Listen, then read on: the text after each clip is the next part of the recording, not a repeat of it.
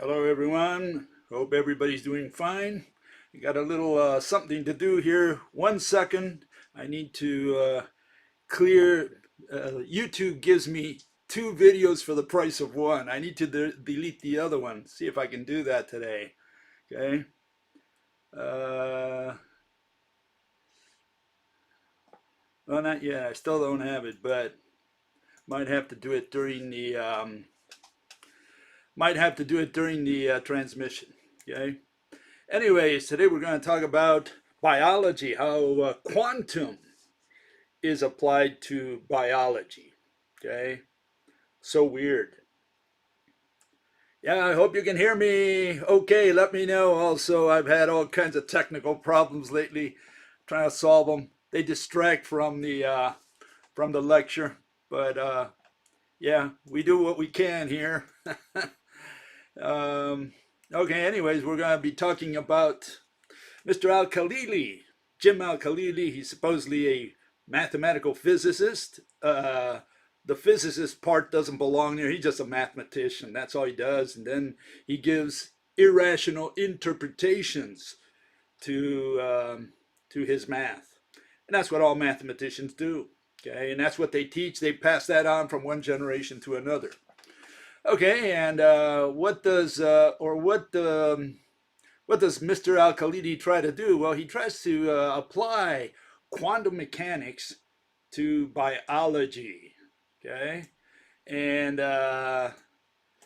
that's more or less dealing with biology at the atomic, really at the subatomic level.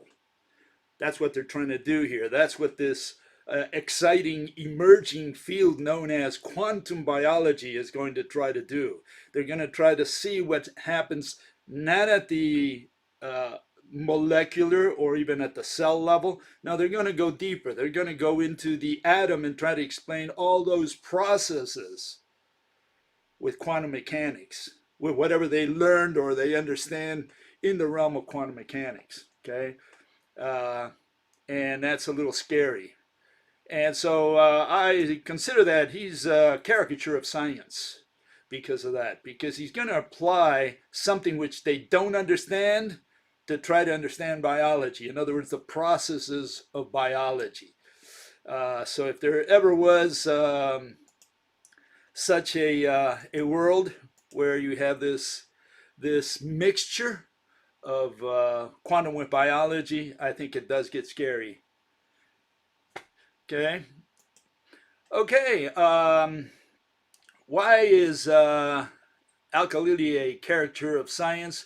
Well, because he essentially is going to say, this is how he's going to start his presentation. He's going to say that a particle can be at two places at once. That's what they learn or understand in quantum mechanics. And he's going to apply that same type of thinking to biology. Okay, so here's his statement. If I can get this thing up there. Okay, and he says the following. He says, "Does life itself rely on quantum mechanics?" That's already making me nervous. He said it's one of the biggest mysteries in science. Okay, and he continues. He says, what distinguishes living matter from inanimate matter or equivalent complexity?" Okay, and that's what he's going to try to answer, especially with quantum biology. He says, but maybe there's hope, because maybe we're starting to see hints of an answer. What is he referring to? Well, that he's going to introduce quantum into biology and they're going to fix all the problems. Just like they fixed them all in physics, he's going to fix them all in biology, okay? And why? Because when we enter the world of atoms, we end up with a fuzzy world where particles can be at two places at once. So get ready. That's what the future biology is going to be like. They're going to be introducing all this quantum nonsense in there, and they're going to try to explain biological processes using quantum mechanics. Okay, and yeah, that is scary, especially if it has to do with doctors, with viruses, and with a lot of what's going on today. It is a little scary because they're going to give you a lot of irrational interpretations. Okay, okay. So, how does Al-Khalili start his presentations? And he does this everywhere he goes. So he gets paid to do his talks. And he says the same thing in all of them. It says quantum mechanics is hugely successful. That's your sales pitch, okay? That's how he starts. I mean, are you going to question that? You're going to say, no, it's not hugely successful. No, you got to accept it. And why? Because he says the most powerful, the most successful theory in all of science. Now that is a little bit perplexing. We've been talking in the last couple sessions that they don't seem to know what they're doing in quantum mechanics. They don't seem to understand the processes. He says it's the most successful of all the sciences. Okay, it describes the building blocks of reality of our universe. Describes, if they're going to describe, it's not a theory. A theory is an explanation. Keep that in the back of your mind. Quantum mechanics provides us with the laws and the rules that tell us how the subatomic world behaves, how atoms fit together to make molecules, and how the particles come together to make atoms. Is that what quantum does? I thought they said they didn't understand it, but now he claims that they do, and that's what quantum does. Does he understand any of those three processes that he just described? And then he goes in there, and he continues. And he says the following, he says the properties of these particles, how they behave, how they interact with each other is all described by this theory. Again, if a description, it's not a theory. Period. We're done. Theory is an explanation. If quantum describes, it's not a theory. We're interested in the explanation part of quantum mechanics. That's the one we're interested in. The one they call philosophy or dismiss as philosophy, that's the one that's the real theory. A description is not a theory, okay? And without which most modern technology that we rely on and take for granted today simply wouldn't exist. We certainly wouldn't have laptops, we wouldn't have mobile phones, we wouldn't have CD players and so on because of all those ideas. The whole of modern electronics relies ultimately on chips, which rely on semiconductors. Now, is that true? We get this sales pitch every day. Wherever you go, you hear that the theories would not be correct if the technology wouldn't work. But since the technology works, obviously the theories are correct. That's the reason. That's what you get thrown in your face when you go to some site to argue, against quantum or relativity. And one of the first things, or someone will mention there that, if relativity were wrong, GPS wouldn't work. And if quantum were wrong, you wouldn't have that computer you're typing on. That's the type of argument these people make. And there you have Al-Khalili, a trained mathematical physicist, telling you the same thing. Is this true? Well, let's find out. First of all, we invoke what Al-Khalili mentioned about Richard Feynman the other day, okay? And that's this. This is what Feynman said. One of the things that I mentioned, he mentioned several things. I'm just going to mention this one. One might still look, this is what Feynman said in one of his lectures, okay? One might still like to ask, how does it work? What is the machinery behind the law? No one has found any machinery behind the law. No one can explain any more than we have just explained. No one will give you any deeper representation of the situation. We have no ideas about a more basic mechanism from which these results can be deduced. In other words, they don't know.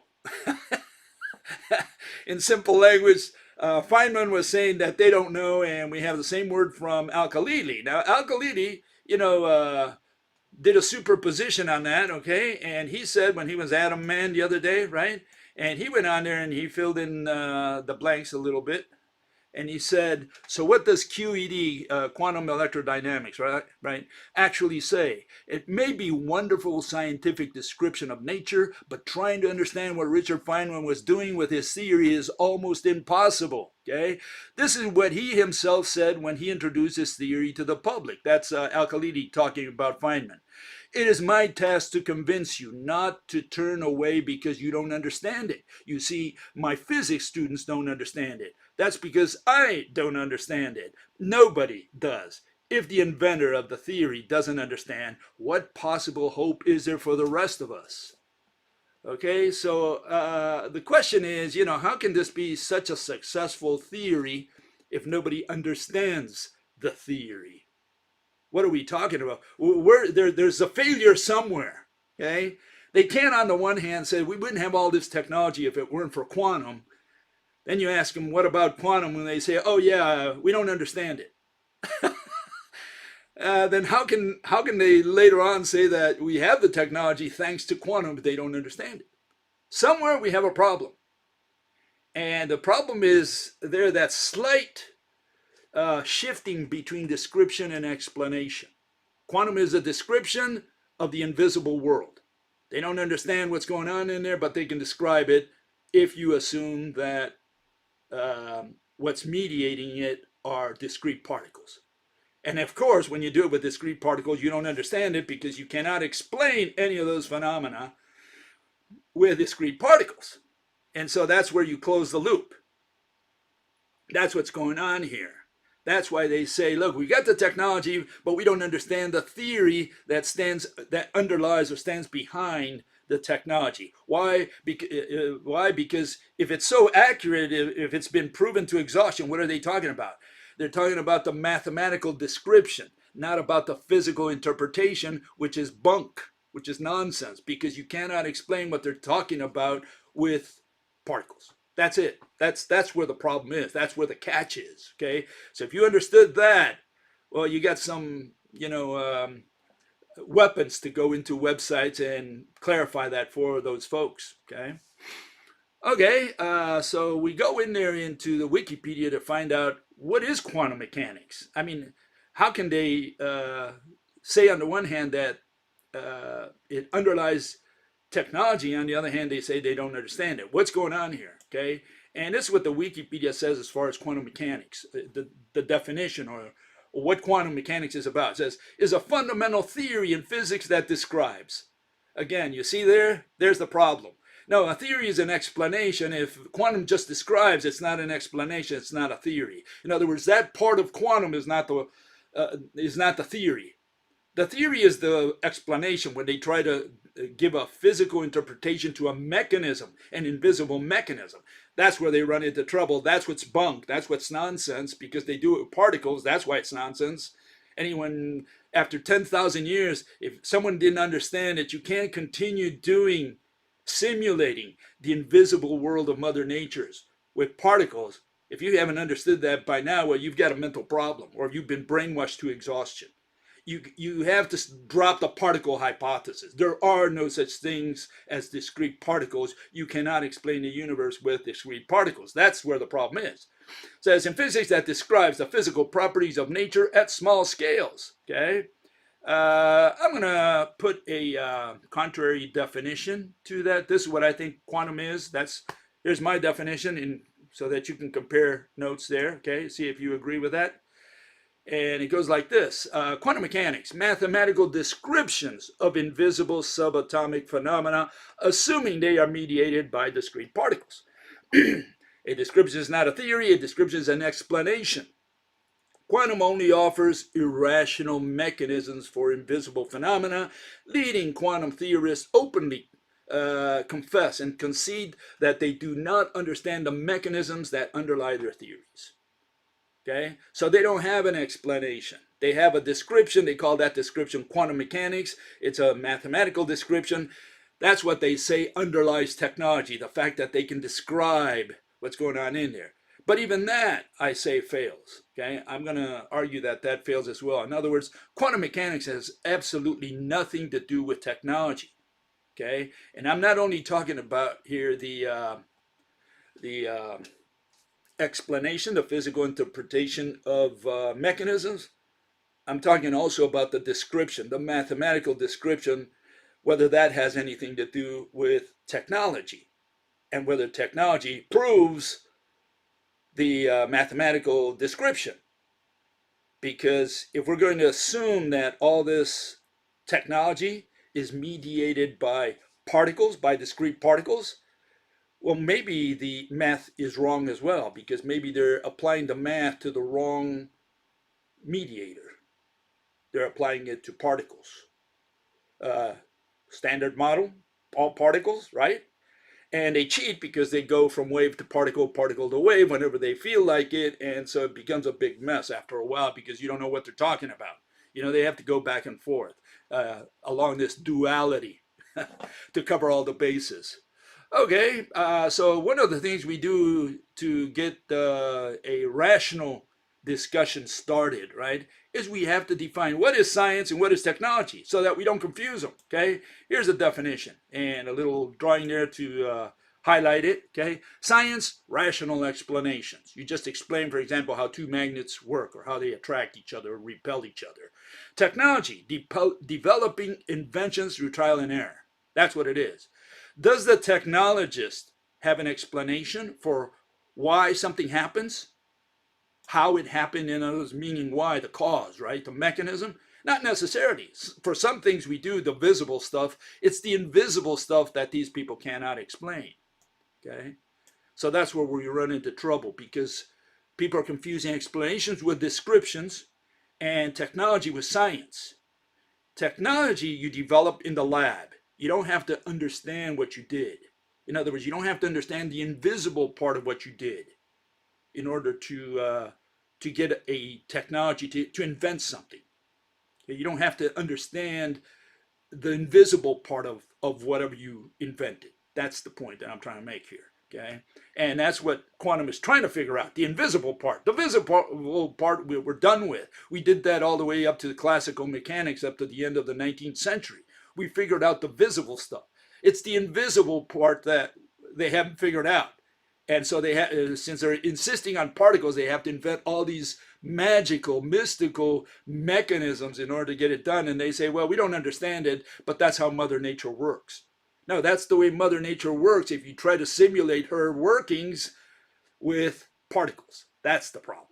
Okay, so maybe it's time to, like I said last time, to make a new assumption, get rid of the particle hypothesis, apply Karl Popper, Popperian falsifiability. If it don't work, get rid of it. Okay, and particles don't work. That's the problem. Okay, we got to get rid of this ether once and for all. Anyone still dealing with ether has a mental problem after the Greeks invented the ether. Here we are 2,500 years later or whatever, and they still haven't figured out, that there is no ether out there. Bunch of particles. And of course, they try to redefine it, especially the dissidents who want to insist on the ether. They say, no, there is an ether, but you just don't know what it is. And they never tell you what it is. They just tell you, it ain't what you said. It's not a bunch of particles. It's something else. Okay, what is it? Please tell me. Please enlighten me. Yeah, no one can define the ether other than Bill Gates. Bunch of particles. That's it. That's what the ether is and what it has always been. Anyone who goes outside of that doesn't know what the ether is. They keep bringing this nonsense ether in there as a background. Space is made of ether. Bunch of particles, or space is the ether, or space contains the ether, and so on. They have to have this background, these pixels on the screen that move behind all objects and that cause pressures and so on. Okay, and so the question is, does technology prove theories? Okay, and so these are the questions I'm going to address. Okay, science equal technology. Does GPS prove that GR, the general relativity, is correct? Do computers prove that quantum mechanics is right? Does the fact that you can predict that you can lift pins with a magnet, which we did the other day with a car, and we lifted it with a magnet, right, mean that you understand the invisible mechanisms? If the explanation the mathematician gives is irrational, does the computer stop working? I mean, the computer works and he gives you an irrational explanation. Are they related? Okay, and were computers invented and developed because of quantum mechanics? Let's look at that question, that last one especially, right? Were computers invented because of quantum mechanics? That's constantly thrown around. People just take it for granted and they just repeat what the Nobel Prize told them, right? And so let's start with computers here. This is the history of computers. We started out even 2,500 years ago. The Sumerians, they already had the abacus. That was a computer. It was a way of calculating, doing math with this device. Okay, from there, there were other hints, especially like the astrolabe, which was to calculate positions of the stars and so on. They could calculate all that. I didn't put that in there, but we go all the way to 1804, Jacquard loom with punch cards. All those were punch cards they would feed into the machine, and it would make designs. So that was like the first computer, where you put a card in there, and it would go through the holes, and those holes would be transmitted to the loom. The loom would make certain patterns on the cloth. So that was neat. And that was a computer. In fact, a computer applied to technology. Okay. All these, as you can see, came before quantum. Okay, Hollerith card, 1895. He used a tabulating machines. They used it in 1890, I think it was, to do the census. The Babbage analytical engine from 1837, also based on the Jacquard loom. Okay, and then you have one which is 1941, the first programmable automatic digital computer. And even though it's 1941, after quantum was developed in the 1920s, it had nothing to do with quantum. It was run with tubes. And here you see something similar. That was German. And here's the British one. The American, they had the ENIAC. Okay. And here's the Manchester Baby from 1948. It was run with tubes, as you can see on the right there, the vacuum tubes. Does this sound like quantum mechanics, any of this? And that was a computer. It was the first computer that stored a program, okay? It was able to store memory, in other words, okay? So we had computers before quantum, and even after quantum, we had computers that had nothing to do with quantum. So the first notion, this notion that we have computers thanks to quantum, is nonsense. It's ignorance. That's what it is, okay? Take it from me. It's just ignorance. Jimmy's just repeating what he heard in college. He probably never saw a computer, in his life that depended on quantum. Okay, he cannot justify that statement. Okay, but he makes another statement regarding the fact that computers rely on transistors, which rely on semiconductors, right? And so obviously, you can't run a computer without semiconductors, without chips, without silicon, right? It says, my expertise has been studying the nucleus of the atom. Great, we've got an expert, finally, That's the playground of quantum mechanics. Okay, so he says he's an expert in quantum mechanics and in the nucleus of the atom. That's what he studied, that's what he specialized in, okay? So we got the expert here, okay? He says, we wouldn't understand how semiconductors work without an understanding of the rules of quantum mechanics. Now that's down my path. I worked with semiconductors many years, okay? So let's see if that's true. Okay, indeed, chemistry itself, how the electrons arrange themselves around atoms, ultimately can only be explained using quantum mechanics. Is that so? Well, let's find out, okay? Let's find out if this is true. Computers, they were not developed because of quantum mechanics at all. And now let's find out if the chip, the transistor, all those semiconductors, do they have anything to do with quantum mechanics? Okay, because these guys want to take it down the line and say, look, we wouldn't have all this technology if it weren't for quantum. And so they go to the chip, they go to the semiconductor, say, hey, the only way we developed that is because of quantum. No, we did not at all. Okay, so let's make sure we bury that notion. Okay, here's the first notion. Okay, we have Mr. Mendeleev, and he created was the guy who first came up with the table of the elements. 1869, his first attempt. He had other attempts later on where he modified, perfected his table of the elements, and that's all you need to do semiconductors. All you need is that table. You need to understand that table, even under the notion of the electron bead going around the atom, which they didn't have at the time, okay? They still had an idea that all these elements had different properties depending on where they were on the table. And for that, all they needed to do, like if you want to do semiconductors, all you need to understand is the difference between boron, silicon, and phosphorus as a basis. There's other gallium arsenide and so on, but if you know a little bit about boron, a little bit about phosphorus, and about silicon, you're done. That's 90% of the semiconductors out there or more, you know. And here it is, okay? Here's a chip, okay? This is what it looks like in chemical terms. You have silicon all around. You have a boron atom that is what is known as implanted in the midst of silicon atoms, okay? So the silicon atoms form a lattice, and you're going to introduce a boron in there. You're going to insert boron in there.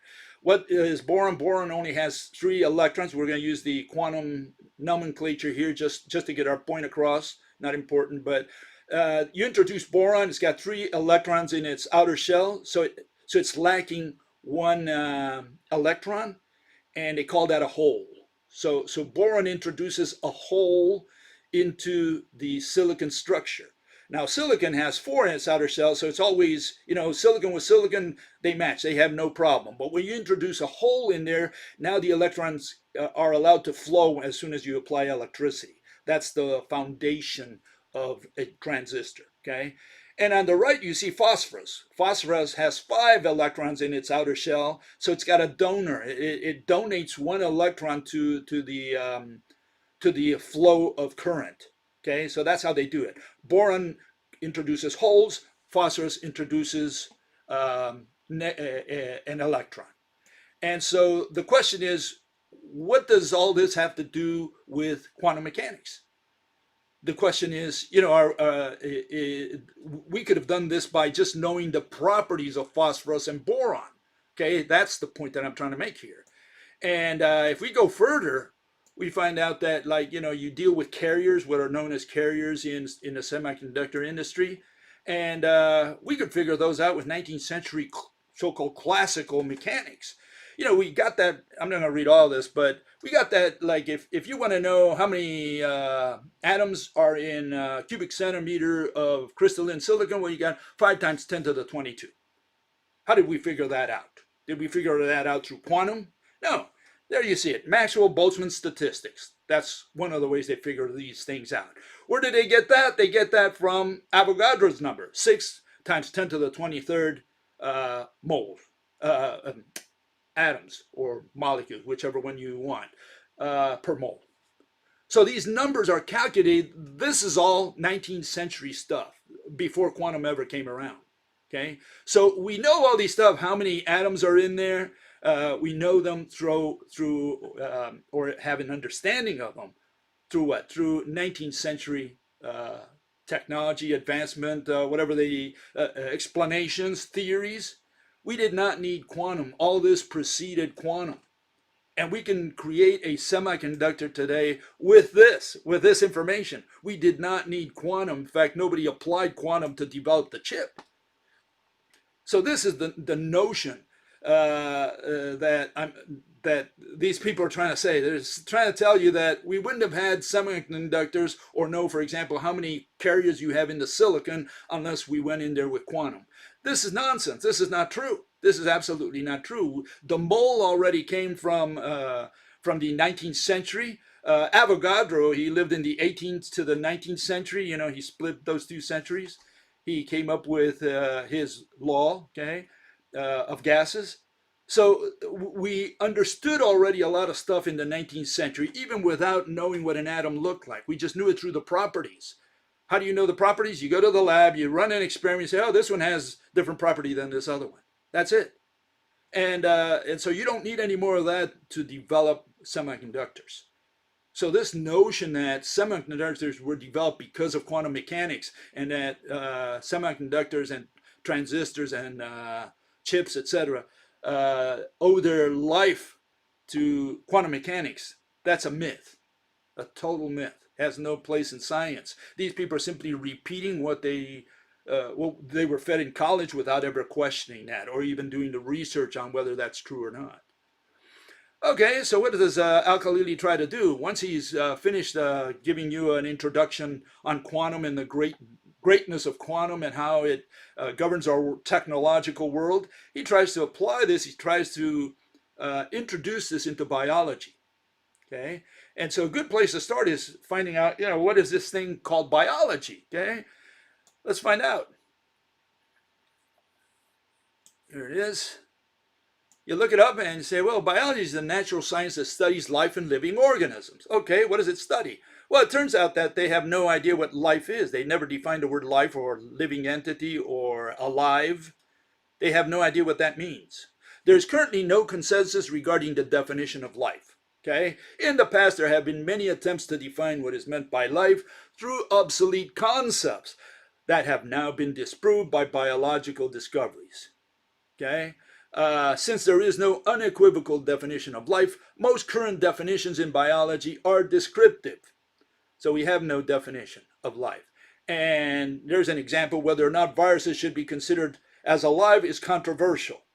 So there's a whole bunch of biologists out there that still don't understand the difference between a living entity and an inert one, and they wonder whether a virus is alive or not.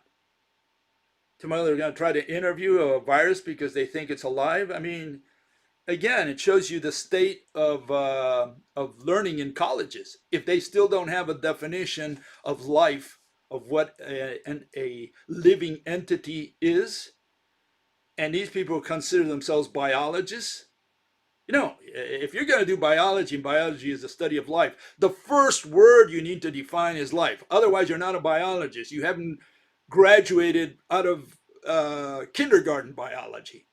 You can't move on, because other than that, all you can do is just go to the lab, do experiments, and say, oh yeah, we noticed this thing and this other thing. Yeah, you can do all that, but you still don't have an explanation. You don't have an understanding, because you don't even know what a life is. So you don't understand what a living entity is. You can't define what a living entity is, okay? So the first thing we do in science is, again, we define words. We have to know what we're studying. Alive, a natural object that moves against the path of least resistance. Essentially, a living entity has the ability to move against gravity. That's it. Okay, rocks can't do that. And life then is a group of living beings. Okay, so any group that's contextual, you can say that life in the universe, and that means all the objects, all the set of all entities that are alive in the universe. Or you can talk about the living entities that that belong to a given system. So that's contextual. But there you have the definition. Life is a group of living beings. What's a living entity? One that can move against gravity, essentially. Okay, it can also move sideways against the wind and so on. And so that's why path of least resistance is a better definition, probably. Now that we have a definition, we can use that consistently in our discussion. Okay, we can't just go in there and say, oh, we don't know what life is, but I'm a biologist. I study life. Well, keep studying. Someday you'll figure out a definition. Okay. Okay. What does Al-Khalili do once he gets his quantum into biology, which he still hasn't defined? Okay, he doesn't know what a living entity is, but he's going to talk about life and how quantum has to do with that. He says, just as quantum particle can be at two places at once, the lump of energy, the lump of sunlight, the photon, follow multiple routes simultaneously inside the cell. You see what they're doing here? They're introducing quantum into biological processes, okay? That's the only way we can explain the efficiency of photosynthesis. So there's quantum mechanics going on there. I love that one. So this guy is saying, look, we can't explain what's going on inside a little leaf there with the photosynthesis. So we're going to introduce quantum and just apply all those things we learned in quantum mechanics. We're going to apply it to biology. Okay, that's what he's saying here. Enzymes seem to be able to transfer particles from one place to another instantaneously in what's called quantum tunneling. Well, maybe they do it through the rope. You never thought of that? Changing the assumptions and saying, well, it's not all mediated by particles. Maybe light is a rope, and maybe it has a way, one atom here to affect an atom over there through the electromagnetic rope. Maybe there's a physical entity there that we can't see or touch called a rope, an electromagnetic rope, that is transferring these motions, these vibrations from one atom to another. So this is the issue. And by the way, they can't touch the particles either, so don't bring touch and see into the picture, because the quantum particle, they can't see or touch them either. Okay, so don't say, why can't I touch the rope? Well, why can't you touch the particles? We're in the same boat. Okay. Anyways, without that quantum tunneling, enzymes wouldn't be able to do the job they do, which is to catalyze and speed up all the chemical reactions that are going inside living cells. So you can see how they're force feeding quantum into biology. Whether you like it or not, they're going to introduce this because they have to create jobs essentially for a lot of biologists. They say now they're at the level where they can go into the atomic world and find out how these processes work. Very simple. We'll just introduce quantum in that same space and create a job security, a cottage industry for a whole bunch of biologists who want to get deeper into an understanding of the biological processes. Okay, and he doesn't stop there. This one just blew me away. Consciousness. There are people out there who always talk about consciousness, conscious. Hare Krishnas, as I call them. Anyone introducing the word consciousness into the discussion, Hare Krishna. That's the way I look at it. Okay, and here, this is what he says. And again, this comes back to good old quantum mechanics. He says, quantum mechanics explains consciousness. Aha. Consciousness is mysterious and we don't understand it. Quantum mechanics is mysterious and we don't understand it. Therefore, the two must be connected in some way. I like his logic. His logic is we don't understand consciousness. We don't understand quantum mechanics. So maybe consciousness is, mediated by quantum processes. Okay. So I like, that's my golden rule. Okay. I'm going to apply it to quantum. The golden rule of mathematical physics. If you don't understand it, it must be quantum. Good old Al-Khalili. Yeah. Okay. So, he continues with this. He's going to introduce some of the quantum processes here. He's going to briefly describe or apply them to biology. Here's the first one. He says quantum biology requires quantum coherence. Because it's quantum biology, it better require coherence. A particle behaving like a wave rather than as a pinpoint particle. So it's both a wave and a particle. And the particle always has these magical properties, okay? An electron or proton, you can't say it's a little ball over there orbiting the atom like a miniature solar system. It's a suddenly spread out cloud of probability. That's what an electron is, a cloud of probability, a mathematical entity. Mathematical object? What is that? What is a cloud of probability? They had to invent this idiotic way of speaking. First, to talk in parables to the public so they wouldn't understand. And then they mean, well, we know what we mean by that. Oh, what do you mean by that? Well, you got to take math to understand what we just said. So that way they keep the rabble out. They say, look, if you didn't understand math, you're not going to understand. See, we use these terms that we had to introduce in order to make sense of this. But if you want to understand them, you got to take 10 years of college. And again, he cannot present that to the general public and say, look, let me try to explain to you what that means. No, he can't, because he says we don't understand it either. So if he doesn't understand it, what is he talking about? Okay, cloud of probability. What the hell is that? Quantum coherence is an effect that we in the physics lab see all the time, but we don't expect to see it inside living cells. Like saying, we didn't expect to see it, but now with quantum biology, we're going to see it every day. So get ready for, until the world ends, right? You're going to hear a lot about quantum biology. Okay, they're just going to introduce quantum processes like decoherence and superposition into biology. They're going to try to explain biological processes, consciousness, including consciousness, all in terms of quantum mechanics, okay? And a lot of people have already tried that. Roger Penrose is one who's heavy on that, because once they finish with all this physics stuff, they move on. Where do they move on? To the human being, especially his thinking, the soul. They talk about consciousness, and if they're going to talk about the physicists, mathematical physicists, what they're going to have to introduce is quantum mechanics in that space. They're going to say, I can explain it with quantum mechanics. Oh, you can? How? Well, see, we have all these magical processes like superposition and tunneling, and we're just going to introduce those into consciousness, and we can explain consciousness with all this nonsense that we don't understand in quantum mechanics. That's what's going to happen here. Okay, that's where they're headed. And one of the reasons for that, again, is to create a cottage industry of quantum mechanics in each one of these fields: biology, psychology, psychiatry, who knows, all that's got quantum background now, a quantum underpinning. Okay. So he continues here and he says, how do the enzymes maintain themselves in the busy, noisy, warm, complex environment of a living cell with thousands of chemical reactions going on, lots of particles bumping into each other? And so here are the processes that he proposes to introduce into quantum biology. Okay, this is going to explain not only biological processes, but consciousness, why you think the way you think. They're going to explain everything with this, okay? Quantum coherence, the wave suddenly collapses down to a particle. Quantum superposition, the idea that two waves can interact and interfere with each other. Quantum entanglement, that's the idea that we have two separated particles in space that can instantaneously communicate with each other. How's that for magic? And quantum tunneling, I like this one. The particle can move through a force field, through an energy barrier, the equivalence of a phantom gliding through a solid wall.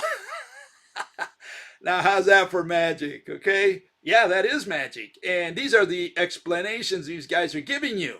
So are we supposed to take quantum as an explanation? And even assuming we do, are we going to extrapolate that and introduce it into biology and say, now we can explain biology as well with all this nonsense, with all these incomprehensible processes that they have in quantum mechanics, so-called mathematical physics that has nothing to do with physics? But I like his ending.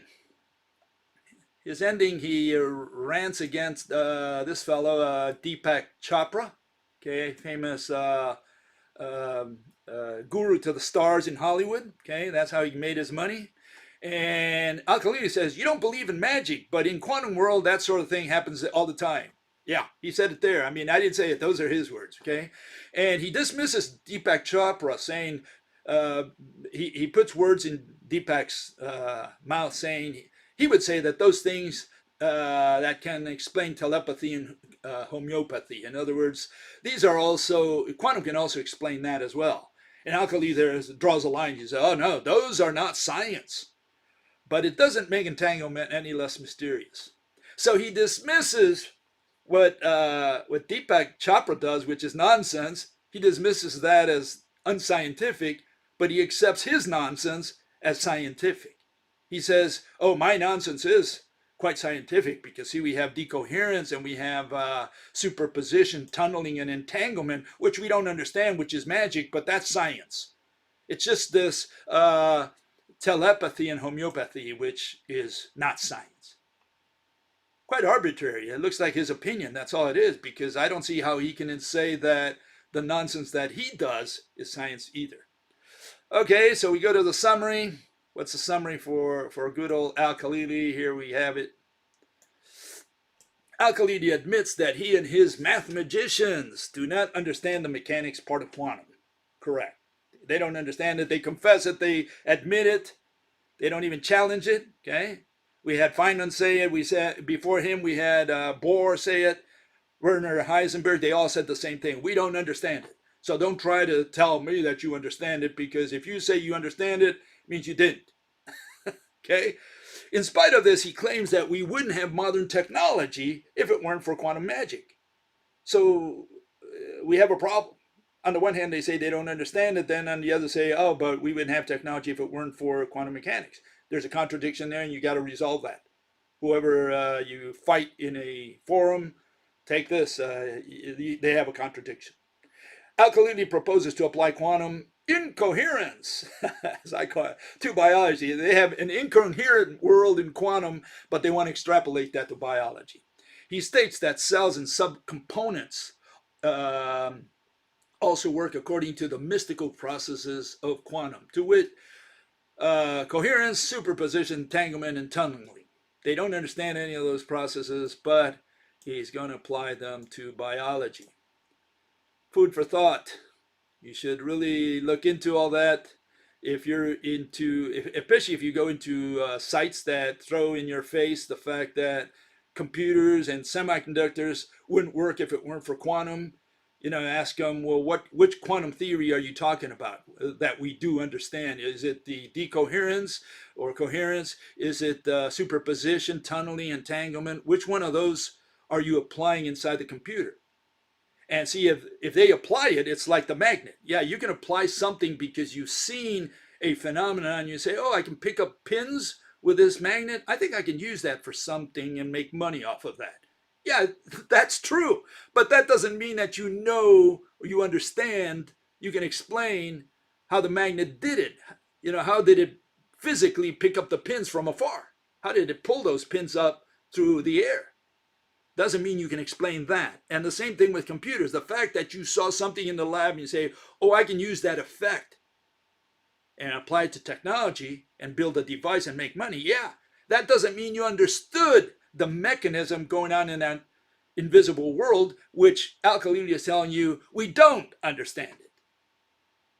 And theory is understanding, explanation. Theory is not a description saying, oh yeah, we saw something, we can explain, we can describe it mathematically, and because we saw this effect, we can use it. None of that has anything to do with theory. Theory is an explanation, is understanding, knowing, to use that word, what goes on in that invisible world of Mother Nature's. Okay, let's move on to the fan mail. I had quite a bit of fan mail. I hope I can get through all of it. Okay, so here we have the fan mail. Let's see, we got the first one here. And this fellow says, what? Says, Jim Al-Khalili uses ordinary language? Yes, he does. The inverse of ordinary language, words and definitions we communicate with, would be unordinary language. Yeah, to some degree, that's true. Okay, I'll get to that in a minute. Such as, I have my own set of word definitions. In other words, he's saying the words that I'm applying are my personal definition. That's what he's insinuating here. Definition of object includes shadows. Ordinary language, we don't consider shadows as objects. This is rational science. Okay, no, a shadow is not an object. So let's go through the replies to the issues this gentleman raises. Okay, here it is. Let's put it sideways so we can see it side by side. Okay, here it is. Yes, Jimmy uses unscientific language. He uses undefined key terms of mathematical physics such as energy, mass, time, charge, black hole, space-time, particle, and it's got a long list, much longer than this. These are undefined terms, most of those of ordinary speech, used heavily in dissertations of physics, such as object, nothing, distance, exist, and motion. So all these words, the ones above and the ones below, are undefined. And they tell you they can't define them. Well, they don't know what a point is. They don't know what a line is. They don't know any of those words. None of these words have ever been defined. Okay? And no, in science, we don't use personal definitions. We use definitions which can be used consistently, rationally. Okay? Science, we do not agree to definitions. In science, we justify and defend them. So, if you don't like the definitions that you see here, you've got a single recourse, and that is to provide your definitions. And I don't care about the ones in the dictionary because they're all wrong for sure in the common dictionary.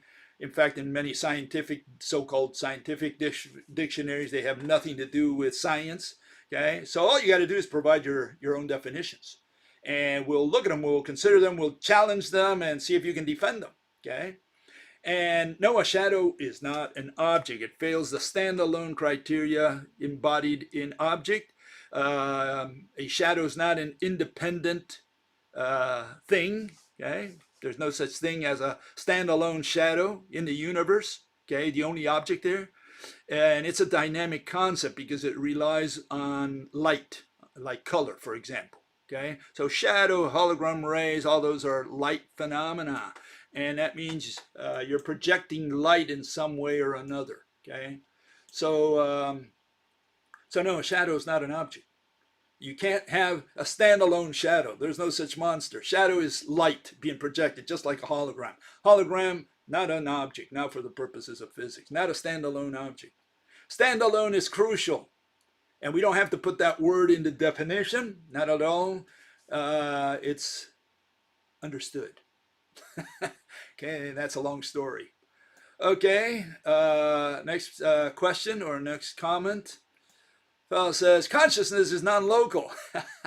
The brain is acting like a receiver decoder. Okay, there has been no correct hypothesis about where consciousness is yet. Oh, where is the soul? Poor fellow, he's looking for consciousness. He lost his consciousness, I guess, so he's looking for it. Now, here's the answer to that. Okay, consciousness. Let's see where it is. Let's find out. Okay, and here it is. Okay, consciousness is not a noun. Not for the purposes of physics or science, okay? Consciousness is a verb, okay? Verbs have no location. So if you're trying to locate a verb, a concept, dynamic concept, and yeah, good luck with that one, okay? There's no room for observers. Consciousness, right? That's observer. In science, rational explanations. Where do you see a provision for consciousness in there? Science is objective. That means we don't use observers or consciousness. No opinions, no witnesses, no testimony. The first law of science is that we kill the observer. We murder consciousness. Okay, so never bring the word consciousness into science. Okay, has nothing to do with science. It's poppycock. That's what science, consciousness is. All these Eastern religions, they talk about consciousness. Nonsense. Total nonsense. And yeah, it's all these Hare Krishnas who do consciousness. They're into consciousness, and they brought it into the West. Okay. Fellow says, define your words precisely. Define the word shape for us. And his original statement previous week, and I think he's been at it for like a couple of weeks, made you're whining tantrum, crying like a baby after JFG Garipi. He's got a Canadian program. Okay, asked you to define shape. And yeah, I answered the guy the other day. Okay, I don't know if you missed it, but here it is again. Okay, and we have these definitions: science, physics. We don't define every word in the dictionary. We don't need to define the word shape any more than we need to define the words that, which, and has. Right? For the word the point here is to define the word object. Okay, we need a criterion to define the word object. And the listener has to be able to distinguish between, between an object and a concept. Okay, and this fellow apparently can't tell the difference between, shape, motion, see, touch, all the things that we use to define the word object. The key word that we're trying to define is not the word shape. The word that we need to define is the word object. And so what the loser does, he's a one of these extreme skeptics or extreme devil's advocates. And what they do, they say, oh, define this other word. What did you mean by the word which? And so he wants to keep you defining words until you drop dead. That's his tactic. So he said, define this word and this fine. No, we don't do that in science. We don't need to do all that. We just need to know the difference between shape and see touch, which is what the mathematicians use. That's essentially it. Others use the word mass to define object. Others use the word motion, saying that which moves. Others say it's that which has volume, etc. They use all these words. Some say that which you can talk about, which is what philosophers use essentially, subject of a sentence. No, we can't use any of those definitions in science, in physics. In physics, that which has shape. And so we do not need to know what shape is. If you want to know, go to a kindergarten, and they'll show you a block and a little round ball, and they'll say, what's the difference? Well, the difference is the shape. That's it. That's all you need to know about shape. No, you need to know the difference between shape and see touch. If you can't tell the difference, well, then you've got some autism going on in your brain, okay? And so he didn't address the issue. He didn't tell me what an object is. That's what he needs to define. He needs to define the word object. And yeah, we can play with him as well. He says it's that which you can see or touch. What did you mean by see? And then he defines see. And what did you mean by that word that you used to define see? And we can keep at him all day long as well, So his tactic fails because it's irrational. We don't define every word in the dictionary or every word that we're going to use in a dissertation. We just define the word object as that which has shape to contrast it against what the mathematicians use, which is that which you can see or touch. Why? Because they want to go to the lab and see and touch.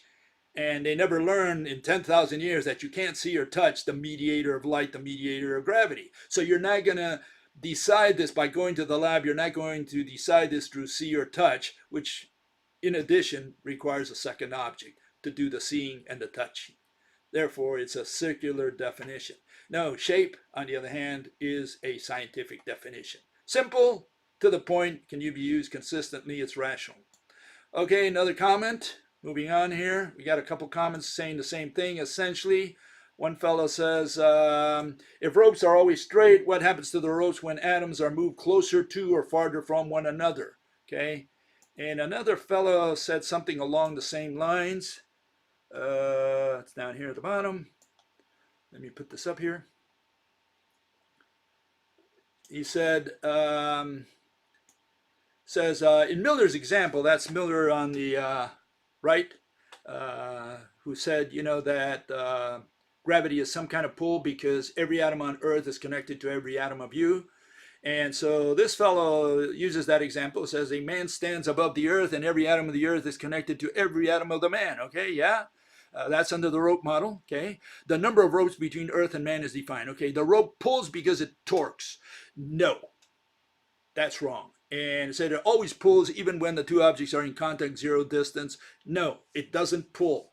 The word pull is wrong. We use the word pull constantly to get our notions across regarding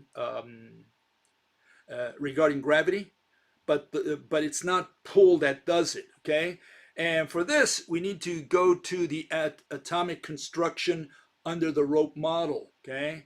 And here it is, okay? Give it a second here. This is how the atom is constructed. You have two threads that fork at the boundary of the atom. One forms the electron shell that encapsulates the proton star. Okay, that's the construction of the atom. Okay, what do we do with this? Well, from this, we show that if we have two atoms, okay, and one slides towards the other, what it does is the ropes, the threads that comprise these atoms, they move around and form part of the atom as the atom slides through it. It's like a bead sliding through an abacus. So it's not that we're creating rope, it's not that we're pulling through torque. No, what it is that objects simply eat the rope. One thread becomes part of its center, which is the proton star, and the other one rolls around and becomes part of the surface of the atom, which we call the electron shell. Okay, that's what's happening. So it's not like we're creating matter, okay? There's a single thread in all of the universe. The thread is made of a single piece. It is malleable, despite that it's made out of a single piece. It's, flexible, and it does not create more thread. You cannot expand the thread and say, oh, it's like a rubber band, it stretches, I'm pulling on it. No. The thread is made of a single piece. That means, it's not made of little particles. And so you have to understand that concept first. You have to get to the kindergarten part of the rope model, which is the single thread hypothesis, which is there's a single thread in the entire universe that converts into all atoms and ropes which interconnect atoms, and the atoms slide along the rope, eating up the thread, which makes part of that atom that is sliding towards another one. Okay, so it's always under tension. Why? Because every atom in the universe, every atom in existence that forms part of that thread, that whole thread, okay, they're all under tension. They're all pulling on each other from everywhere in the universe. That's why the atoms are under tension. Not because there's a pull, one atom pulls on another through the rope because of the torsion. No, it doesn't really pull. It's tension. Tension is not a force. And again, that's a long story. I'm not going to get into that now, but mathematicians saying that force is tension is a force. It's not. Force requires that someone win the tug of war. Tension is a tie. No one wins the tug of war, therefore it's not a force. Newton says force mass equals times acceleration. There's no acceleration in tension. That's why tension is not a force. Long story. You said gravity is a pull force. Pull force. Are you referring to Newtonian gravity? Because Einsteinian gravity is definitely not a pull force. A pull force. It's the bending of the fabric of space-time, according to their La La Land. Yeah, we have to understand the mechanism proposed by the rope model. Okay, and here it is. Here's first part of that. Okay. An astronaut falls to Earth. Why? Not because he's pulled, really. What happens is he has a different weight at different locations.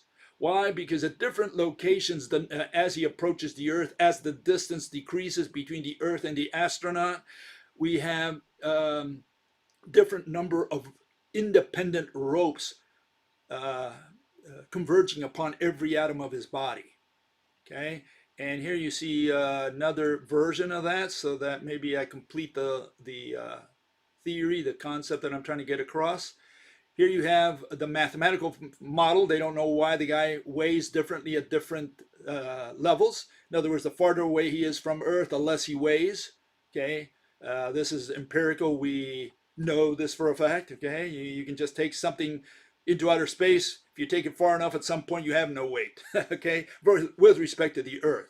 Rope model, the farther away you get, the fewer ropes that are independent ropes that are tugging on you, on every atom of your body. Why? Because they tend to approach each other and form a single coaxial. As you approach the Earth, they fan out and you have more independent ropes, okay, converging upon every atom of your body. So it's a location, so weight is a location specific concept. Okay, it's location specific. Weight has to do with location. That's why it's nonsense what the relativists say that if the sun were to disappear, it would take 8 minutes for you to find out about it because nothing can travel faster than light. The answer is gravity doesn't travel. You're already connected to the sun. And the closer you are to the sun, the more you weigh by location, location after location. You know, you just take a snapshot. If you've got the movie, you're filming, God is filming you approaching the sun or the earth or whatever celestial object.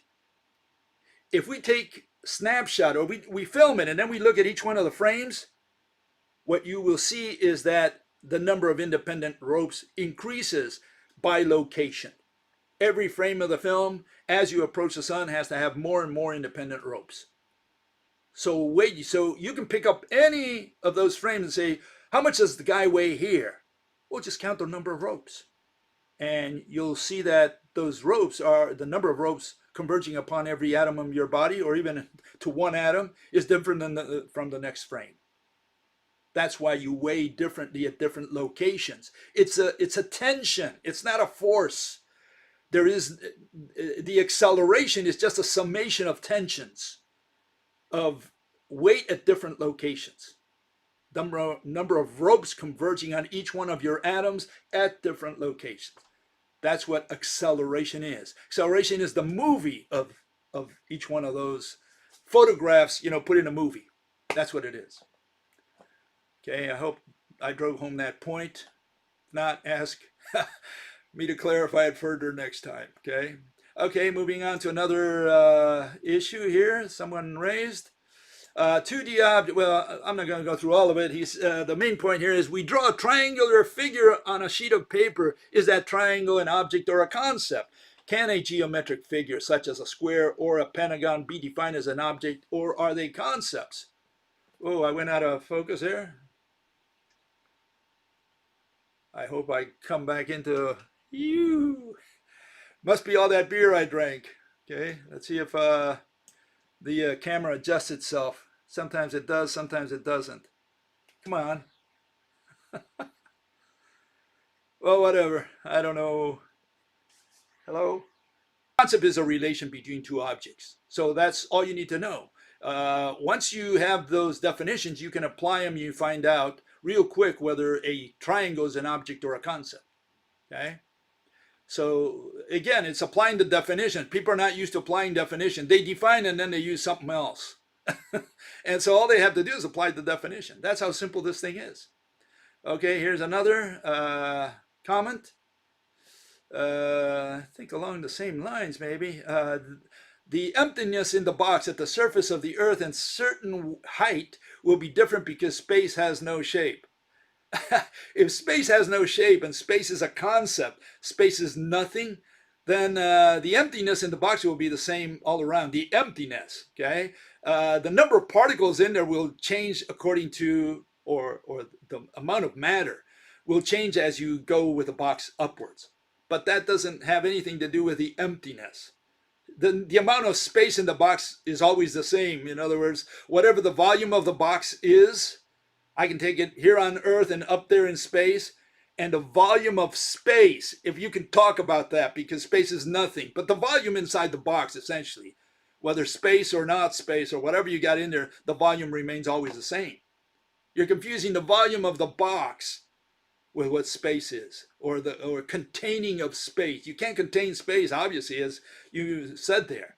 Okay, so you can't confuse, you can't trap space, okay, because space is nothing. And you know, I trap space all the time. You know, I trap nothing every day. I walk across nothing every day. So you got to understand what you're talking about. You you know, you're treating space as a physical object when you say that you can trap space or that space is 2D or whatever. No, space is nothing. You can't trap space. When you talk about the volume inside a box, the volume is just the measure of the box, you know, length, width, and height. You calculate and you know the size of the box, how much volume you have in there, mathematical calculation. Is that filled with space? No, because space is nothing. Space is inside and also outside the box. The box is within space, not space within the box, so to speak. Okay, even the box is not within space. Space only provides a contrast to the box. And people have a hard time understanding that, how space cannot be an object. We've treated it as a physical object for the last 2,500 years. We called it the ether, or we said that the ether is contained within space. And then you have those people who say, well, you know, if it's contained within space and you have all these particles and they cause pressure, they have to cause pressure only if it's within a container, because that's how gases behave. You know, they bounce against the container and then they cause pressure. And so they extrapolate that space has to be some kind of container, for otherwise the particles wouldn't have anything to bounce against to create that pressure. This is the nonsense these ether people have in their minds, because they never defined the word ether. A lot of them don't understand that ether is just a bunch of particles, and so they use these notions, these erroneous notions, and they conclude that space has to be a box of some kind, some container, because otherwise you would have this pressure caused by the particles of ether. Yeah. These people haven't learned in 3,000 years that there's no such thing as ether. They keep talking in Greek terms. It's Greek to me. Okay, when you say that you need a white background to describe or define or draw a robe, it does not make sense. What the hell? He says, in conclusion, there is no such thing called void or a synonym like space or vacuum, but only objects that exist. Well, yeah, only objects exist, but he's saying that we don't need space as a background. Okay, let's destroy his notion completely. I don't know, well, people have mental problems, really. This is a mental problem, okay? I cannot help this person further. Here's good old God, okay? And that's God surrounded by space.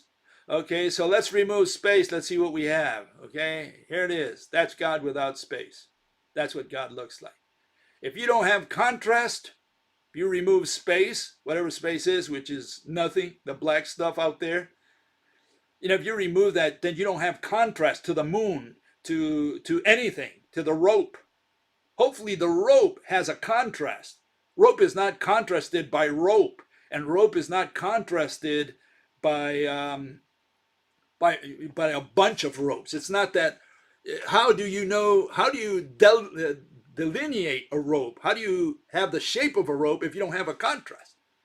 So there has to be a contrast. That contrast is what we call space, and space is nothing. It's not a container. It's not made of particles. It's not the ether, all this nonsense about ether.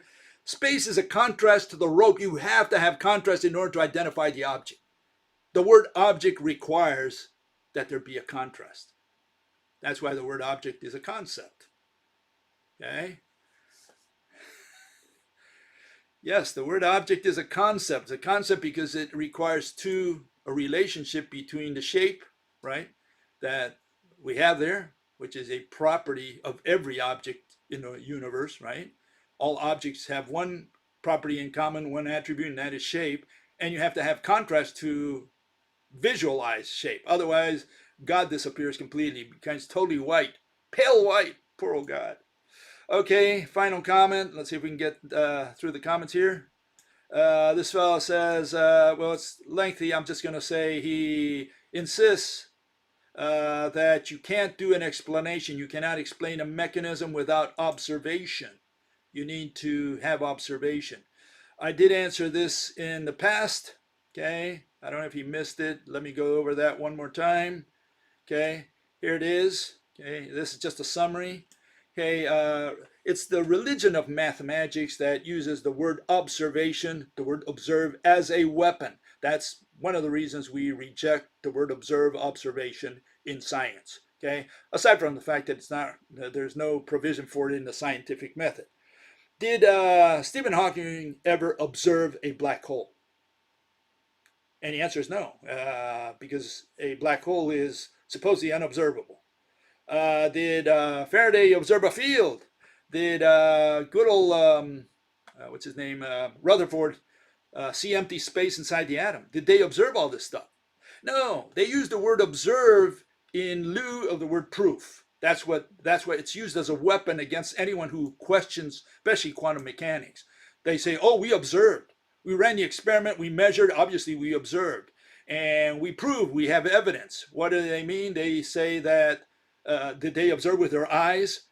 No, they insinuate that they measured something out there and that therefore they have proof and evidence, and now they're bringing it into the discussion to overrule you. That's what essentially it's used for. Okay, what is observe? It means description. Because observe doesn't mean you understood. It just means you described that what you're doing is drooling, you're gawking, okay? And again, it's a question of perception. It's subjective when you say observe, okay? And it's used to persuade, convince, convert, and recruit. So that's the main reason we reject the word observe.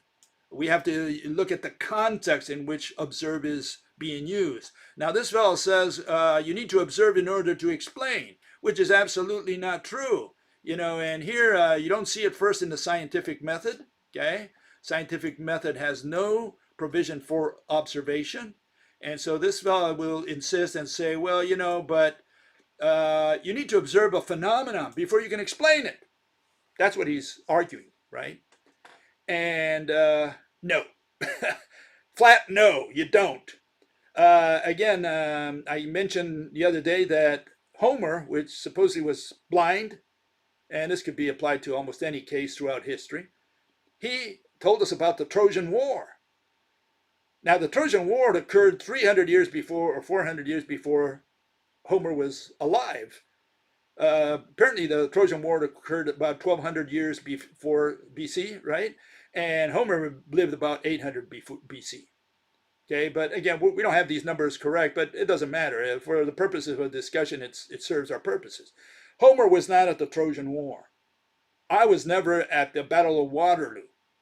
But I can explain or give you my theory, right, of why, purpose, reason, Napoleon went to Waterloo.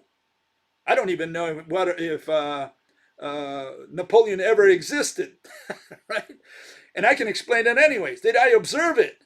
Did I see it with my own eyes? No, I took for granted that what I read in the history books is true. So I made an assumption, and I said, well, let us assume that Napoleon existed, right? That he was there in 1815. Let us assume that what we heard from our forefathers, that he went to Waterloo in 1815, he fought a war, right, et cetera, et cetera, et cetera.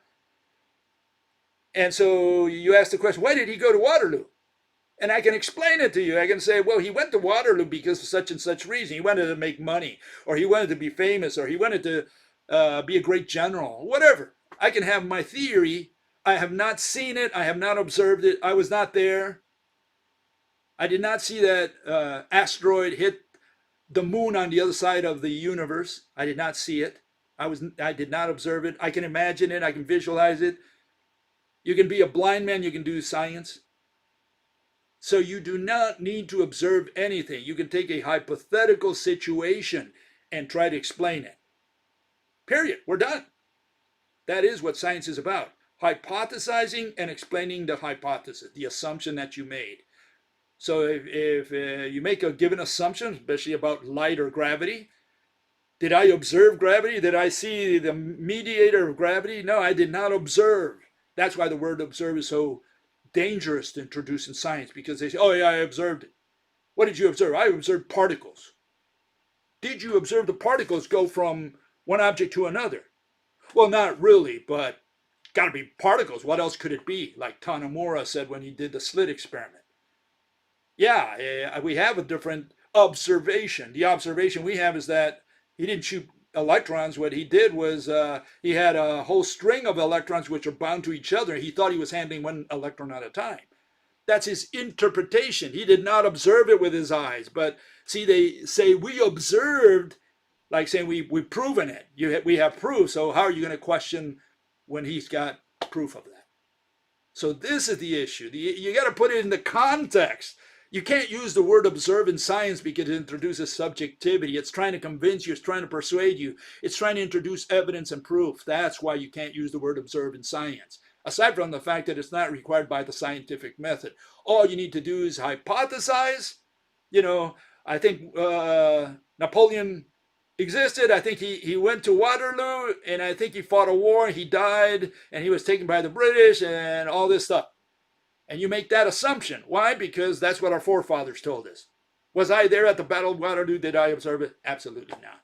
I didn't have to observe anything. I can make an assumption and then explain it based on that. With that, I'll see you next time. I think it's Wednesday. We'll see you then. Bye. We'll see you then. Bye.